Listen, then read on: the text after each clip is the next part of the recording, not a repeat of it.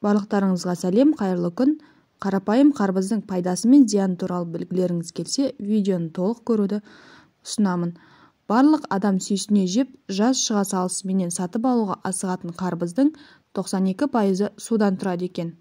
Оның адам организмін тазалауда пайдасы орасан зор. Қарбыздың пайдасы: калориясыз тәтті қарбыздың ағзаға тигізер пайдасы көп. Диетологтар қарбызды құнды диеталық тағам ретінде ұсынады. Алайда күніне 2-3 килограммнан артық қолдануға болмайды. Қарбыздың емдік қасиетін ең алғаш арабтар анықтаған. Олар тамақтың алдында қарбыз жеген адамның ағзасы толығымен тазарады деп сенген.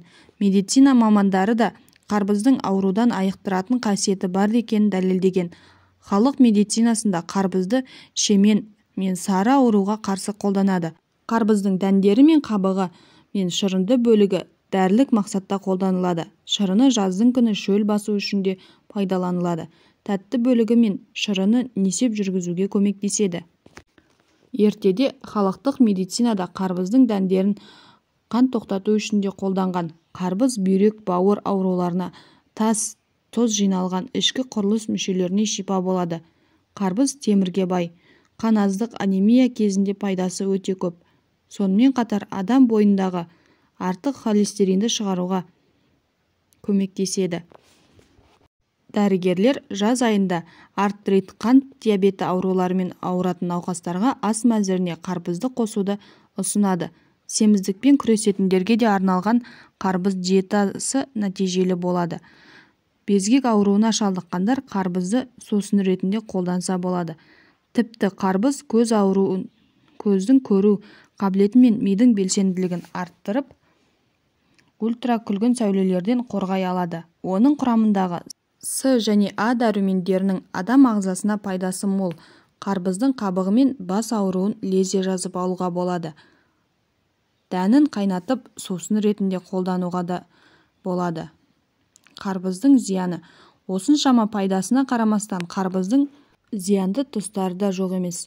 Қарбыз науқанымен қатар адамдардың улануы да жиілейді. Оған қарбыздың химиялық қоспалардың көмегімен жылдам пісуі, жемістің көктей жылынуы себеп болады. Қарбыздың пісіп-піспегенін тексеру үшін сауда орнында белгі салдырып, кескен соң қарбызды 1 сағаттың ішінде жеу керек.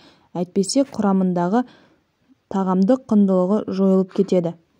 Көп адамдар қарбыздың дәнінің көп болмағаны дұрыс деп ойлайды. Алайда бұл қате тұжырым. Қарбыздың дәндерінің көп болуы оның табиғи ортада өсірілгенін аңғартады.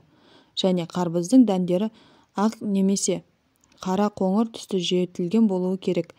Қып-қызыл тым тәтті қарбыздың да денсаулыққа зиян. Табиғи жолмен өсірілген қарбыздар әсіресе қызыл болмау керек. Күннің ыстығында ұзақ тұрып қалған қарбыз да адам ағзасына зиянын келтіріп, түрлі ауруларға себепші болады.